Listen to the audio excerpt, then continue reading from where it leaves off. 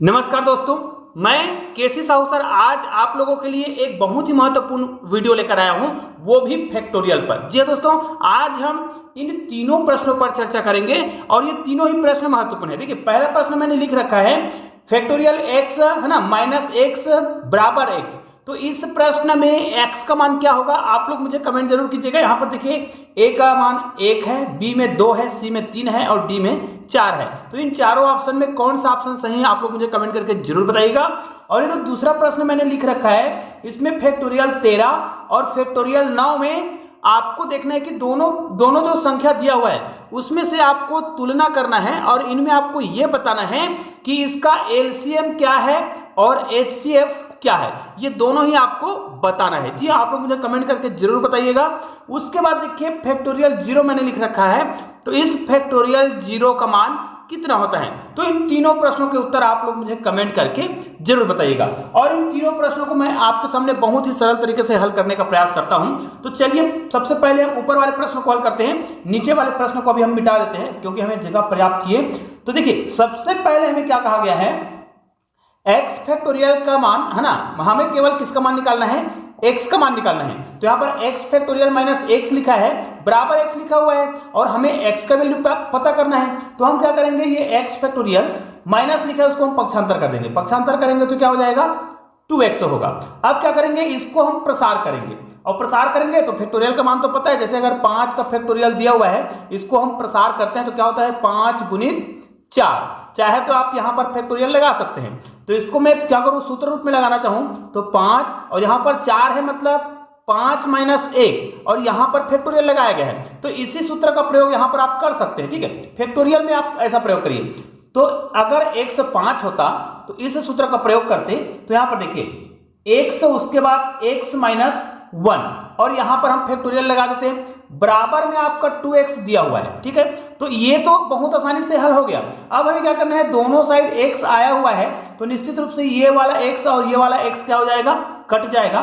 तो आपके पास क्या बचा, x माइनस 1 बचा और यहां पर बचा है देखिए x माइनस 1 है और ये फैक्टोरियल है भाई, x माइनस 1 फैक्टोरियल बचा है और बराबर यहां पर 2 बचा है। आप देखिए इधर फैक्टोरियल है तो इधर भी फैक्टोरियल होना चाहिए और हमको पता है 2 फैक्टोरियल का मान 2 गुणित 2 है ना, 2 गुणित 1 ध्यान दीजिएगा 2 गुणित 1 होता है, इसका मतलब तो इसका 2 ही मान हुआ, मतलब इसको हम 2 फैक्टोरियल लिख सकते हैं। ऐसा करने से हमें फायदा यह होगा कि दोनों साइड जब फैक्टोरियल लग गया है तो इसके मान की हम तुलना कर सकते हैं, है ना। यहां पर भी फैक्टोरियल है, यहां पर भी फैक्टोरियल है तो x माइनस तो 1 हो गया। ठीक है, बराबर कितना हो गया 2। अब इसको हम हल करेंगे तो निश्चित रूप से पक्षांतर होगा तो x बराबर माइनस 1 इधर आएगा तो क्या हो जाएगा प्लस हो जाएगा, मतलब यहां पर कितना आ जाएगा 3 आएगा, मतलब हमारा आंसर 3 बिल्कुल सही है। तो दोस्तों ये तो हो गया पहला प्रश्न। अब इसी के आधार पर हमें अन्य प्रश्न बनाने हैं, 2 प्रश्न और बनाने हैं जिसको हमने आपको दिया था कि इस प्रकार के प्रश्नों के उत्तर कैसे हल किया जाता है। तो देखिए मैंने आपको एक प्रश्न दिया था अभी, फैक्टोरियल 0 का मान कितना होता है ना, आपको कमेंट करना था ना कि इसका मान कितना होता है। तो मैं आपको बता दूं फैक्टोरियल 0 का मान आप बहुत ही आसानी से निकाल सकते हैं। वो भी कैसे, अभी मैंने आपको जो सूत्र दिया था ध्यान दीजिएगा, कौन सा सूत्र है, अगर आप किसी फैक्टोरियल को प्रसार करके लिखना चाहते हैं तो अभी मैंने आपको बताया था कि x है ना, फिर x माइनस 1 और यहां पर हम फैक्टोरियल लगा सकते हैं। तो हमें क्या करना होगा, इसी प्रश्न को हल करना है। तो क्या करेंगे, जो x माइनस 1 है ना, हमें x माइनस 1 का मान निकालना है तो हम इसको क्या कर देंगे, पक्षांतर कर देंगे तो x फैक्टोरियल बटे x हो जाएगा, बराबर यहां पर कितना बच जाएगा, यहां पर बच जाएगा x माइनस 1 और ये फैक्टोरियल। अब आपको क्या करना है, देखिए हमें इसका मान निकालना है ना, 0 फैक्टोरियल का मान निकालना है। इसका मतलब तो ये है इसमें से 0 कब आ जाएगा मान, तो इधर देखिए x माइनस 1 लिखा है तो x माइनस 1 यहां पर हम 1 रख दे तो 1 माइनस 1 बराबर कितना हो जाएगा 0 हो जाएगा और निश्चित रूप से इसमें फैक्टोरियल लगा हुआ है तो ये क्या हो जाएगा, फैक्टोरियल 0 हो जाएगा। मतलब तो ये हो गया कि यदि इसी मान में, इसी प्रश्न में यदि हम क्या करते हैं x का मान 1 रख दें तो चलिए इधर भी 1 रखेंगे तो 1 का फैक्टोरियल 1 ही होगा बटे 1 होगा और यहां पर देखिए हम यहां पर 1 रख रहे हैं, हमने रख दिया और यहां पर तो फैक्टोरियल लगाएंगे ही। अब 1 फैक्टोरियल का मान तो 1 ही होता है तो चलिए इसको हम 1 लिख देते हैं। अब 1 को 1 से भाग देंगे तो 1 ही होगा, मतलब यहां तो 1 आ रहा है, 1 में 1 को घटाएंगे कितना आएगा, 0 आएगा और फैक्टोरियल है। तो दोस्तों यहां पर आप देख सकते हैं कि हमने फैक्टोरियल शून्य का मान भी आसानी से निकाल दिया और इसका मान कितना आया, 1 आया। ये भी बहुत ही आसानी से निकल गया।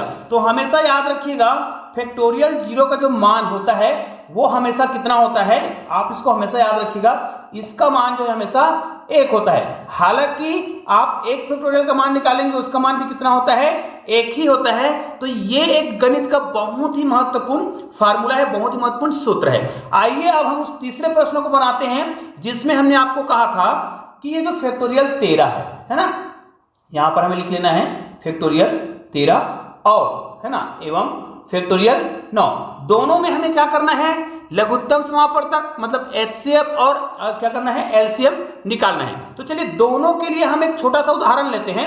जैसे मुझे 12 एवं 16 इन दोनों का मुझे क्या करना है, HCF निकालना है और है ना दोनों निकालना है, मतलब लघुत्तम समापवर्तक निकालना है और महत्तम समापवर्तक दोनों ही निकालना है। तो चलिए हम यहां पर LCM की बात करते हैं, LCM और HCF की बात करते हैं।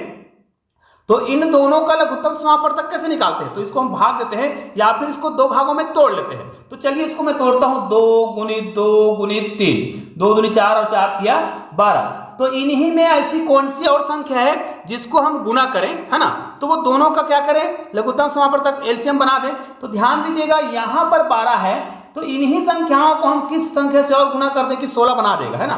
यहां पर हमें क्या करना है, 16 का इस पे लिखना होगा। तो हमें क्या करना है, 2 दूनी 4 मतलब 2 और 2 को गुना करते हैं तो क्या आता है 4, जबकि यहां पर 2 और 2 पहले से आया हुआ है, जबकि 3 भी आया है। तो 3 को किसी भी संख्या से गुना करेंगे तो 16 नहीं आएगा। तो इसके अलावा इसको हमें और किससे गुना करेगा तो 16 आ जाएगा। तो 2 दूनी 4, 4 दूनी 8 और 8 दूनी 16, मतलब यहां पर हम 4 का गुना और कर रहे हैं, ठीक है। तो कितना हो रहा है, ध्यान दीजिएगा, 2 गुना 2, इतने को जब आप गुना करेंगे ध्यान दीजिएगा तो ये लघुत्तम समापवर्तक बन जाएगा। 2 दूनी 4 है ना, और 4 से 12, 12 दूनी 24 और 24 दूनी 48, मतलब इसका लघुत्तम समापवर्तक कितना आ रहा है, फिर इसका लघुत्तम समापवर्तक तो 48 आ रहा है। लेकिन भाई इसका महत्तम समापवर्तक कितना आएगा, ये तो उसका लघुत्तम समापवर्तक होगा। HCF कितना आएगा, HCF कितना आएगा, इनको आप क्या करिए फिर से भाग दीजिए। तो 12 को आप तोड़ते हैं इनके गुणक के रूप में, है ना, तो ये क्या होगा, 2 गुणित 2 गुणित 3। उसी प्रकार आप 16 को तोड़ेंगे तो 2 गुणित 2 गुणित 2 गुणित, देखिए 2 दूनी 4, 4 दूनी 8 और 8 दूनी 16। तो जो दोनों में आया है, दोनों में आया है, जैसे 2 आया है इसमें भी आया है, तो एक जोड़ा तो ये बना तो 2 लिख देंगे, एक जोड़ा ये बना तो ये भी क्या कर देंगे 2 कर देंगे, और कहीं पर भी जोड़ा नहीं बन रहा है उन संख्याओं का तो 2 दूनी 4, ये क्या कहलाएगा, उसका HCF कहलाएगा, ठीक है। तो इसी शर्त के आधार पर आपको क्या करना था, इनका आपको लघुत्तम समापवर्तक और महत्तम समापवर्तक मतलब HCF और LCM निकालना था। तो निश्चित रूप से भाई यदि आप क्या करिएगा, 13 को तोड़िएगा, फैक्टोरियल लिखा हुआ है तो 13 को आप किस रूप में तोड़ेंगे, 13 गुणित 12 गुणित 11 गुणित, है ना, यहां पर तो कितना जाएगा 10 आएगा, और यहां पर कितना आएगा 9, और लास्ट में जब 9 आए तो आप क्या करिए, मतलब वो संख्या आप इसको नीचे तक प्रसार कर सकते हैं, लेकिन चूंकि हमें 9 फैक्टोरियल दिया हुआ है तो यहां पर 9 फैक्टोरियल तक प्रसार करेंगे, है ना। 9 फैक्टोरियल तक हमने प्रसार किया तो हमें समझ आ गया कि यहां पर तो 9 फैक्टोरियल आया ही आया है, और यहां पर देखिए फैक्टोरियल 13 में भी कितना आ रहा है, 9 ही आ रहा है। मतलब हमें यह समझ आ गया है कि हमें इनमें से अगर लघुत्तम समापवर्तक बताना हो और महत्तम समापवर्तक बताना हो तो ध्यान दीजिएगा जो बड़ी संख्या होगी, ध्यान दीजिएगा जो बड़ी संख्या होगी और जो छोटी संख्या होगी, इन्हीं दोनों में आपको लघुत्तम समापवर्तक और महत्तम समापवर्तक को ढूंढना होगा। तो याद रखिए ये जो 13 फैक्टोरियल दिख रहा है ना, वो LCM होगा, ठीक है। ये जो 13 फैक्टोरियल दिख रहा है वो LCM होगा, और इसी का HCF होगा, कौन सा होगा, जो छोटी संख्या दिख रहा है वो क्या होगा, फैक्टोरियल 9 जो है वो HCF होगा। तो निश्चित रूप से इस प्रकार के प्रश्न बहुत ही आसानी से आप बना सकते हैं, क्योंकि आप देख सकते हैं 9 फैक्टोरियल जो है दोनों में आता है। 13 वाले फैक्टोरियल को जब आप प्रसार करेंगे उसमें भी कहीं ना कहीं 9 फैक्टोरियल आएगा, और 9 फैक्टोरियल में तो 9 रहता ही रहता है। निश्चित रूप से आपको समझ आ गया होगा कि इसमें LCM फैक्टोरियल 13 होगा और HCF जो है फैक्टोरियल 9 होगा। तो दोस्तों निश्चित रूप से यह वीडियो आपको समझ जरूर आया होगा, और निश्चित रूप से इस वीडियो को आप लोग अधिक से अधिक शेयर जरूर करेंगे। तो दोस्तों मिलते हैं ऐसे ही और बहुत ही महत्वपूर्ण वीडियो के साथ, तब तक के लिए जय हिंद जय भारत।